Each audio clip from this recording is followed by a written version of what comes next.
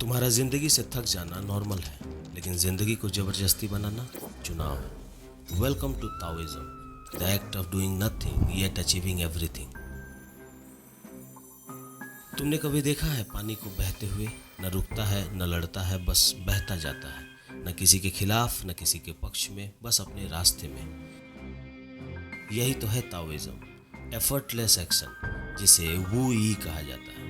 एक हैरान कर देने वाली फिलॉसफी जो जिंदगी को समझाने का सबसे नेचुरल और आसान तरीका बताती है।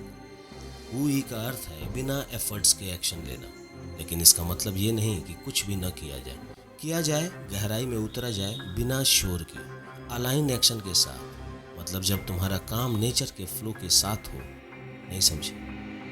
लाओ त्सु कहते हैं when nothing is done nothing is left undone. जब हम नेचुरल रिदम में मिलते हैं तो जीवन स्वयं चल पड़ता है। एक स्किल्ड डांसर या एथलीट जब अपने पीक पर होते हैं तो हर मोमेंट फ्लूइड एफर्टलेस लगता है, लेकिन उस एफर्टलेस मोमेंट के पीछे सालों की प्रैक्टिस होती है।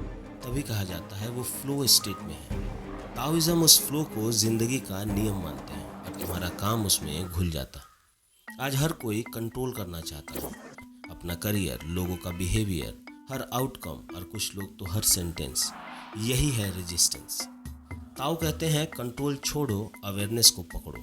फोर्स करने से चीज़ें टूट जाती है। जो आता है उसका स्वागत करो, जो जाता है उसे विदाई। ये कोई पैसिविटी नहीं है, ये विजडम है। एक स्किल्ड सेलर कभी समंदर को कंट्रोल नहीं करता, वो बस अपने बोट को विंड के फ्लो के साथ अलाइन करता है। ताओइज्म का अर्थ ये नहीं कि कुछ मत करो, इसका अर्थ है जो भी करो फ्लो में करो। डिसीजन लो लेकिन पैनिक में नहीं, बोलना पड़े तो बोलो लेकिन गुस्से में नहीं, करना हो तो करो लेकिन स्ट्रेस में नहीं। रुको जब रुकावट जरूरी हो, भागो जब फ्लो का सिग्नल हो। Mastery is when you act without force. Zhuangzi के एक प्रसिद्ध लेख में एक पेड़ का जिक्र है, बेशक्ल, टेढ़ा मेढ़ा। लोगों का कहना था इससे कुछ काम का नहीं बन सकता, फर्नीचर भी नहीं बनाया जा सकता, जलाने लायक भी नहीं। लेकिन वही पेड़ सबसे ज्यादा जिंदा रहता है। कभी कभी बेकार दिखना तुम्हें सबसे बड़ी आजादी देता है। हमारा मॉडर्न वर्ल्ड हमेशा do more be more, hustle more के सेंट्रल थीम में जीता है। ताओ कहते हैं less is more, being is enough. Zen archer को सिखाया जाता है do not aim to hit the target, just release.